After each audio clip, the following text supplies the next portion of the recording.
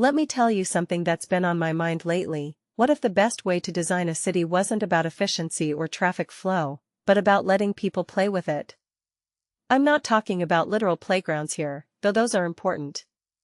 I'm talking about creating spaces where curiosity, spontaneity, and imagination can thrive. And if you think that sounds a little abstract, you're not alone. But let me walk you through why this idea, coming from someone like Luca Boscardin, might just be the missing piece in how we think about design, cities, and even our own lives. You know how sometimes you look at a building or a park and think, this is functional, but it feels empty? That's exactly what Boscardin is trying to fix. He's not just a designer, he's a philosopher of play.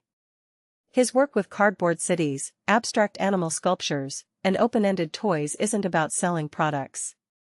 It's about asking, what if we stopped telling people how to use things and let them figure it out instead? And honestly, that's a radical idea in a world that's obsessed with instructions, efficiency, and control. Let's break this down. Take his Archiville project, a cardboard city with no rules. No correct way to build it. Kids can stack houses on top of trees, turn streets into parks, or invent their own rules. Now, imagine that same principle applied to a city.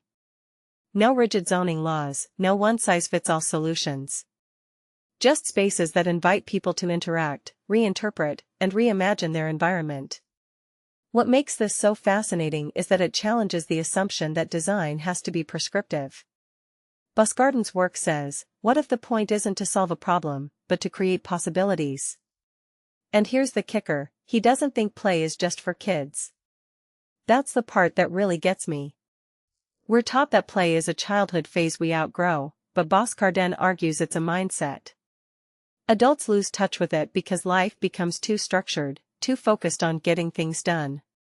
But what if the real problem isn't that we can't play anymore? What if it's that we've stopped allowing ourselves to play? I mean, how many times have you seen an adult stare at a coffee table and think, this is a beautiful piece of furniture, but never once considered turning it into a makeshift drum kit or a chessboard? That's the tragedy of modern design, we're too busy being productive to be curious. Now, let's talk about function. Boscardin says, play is itself a function. That's not just poetic, it's a design revolution. Traditional furniture has a clear purpose, a chair holds you up. A toy? It's supposed to be open-ended. A good toy doesn't tell you how to play, it invites you to discover your own way. This idea extends to cities too. Why do we design public spaces like they're just utility zones? Why not make them places where people can meet, rest, explore, and, yes, play?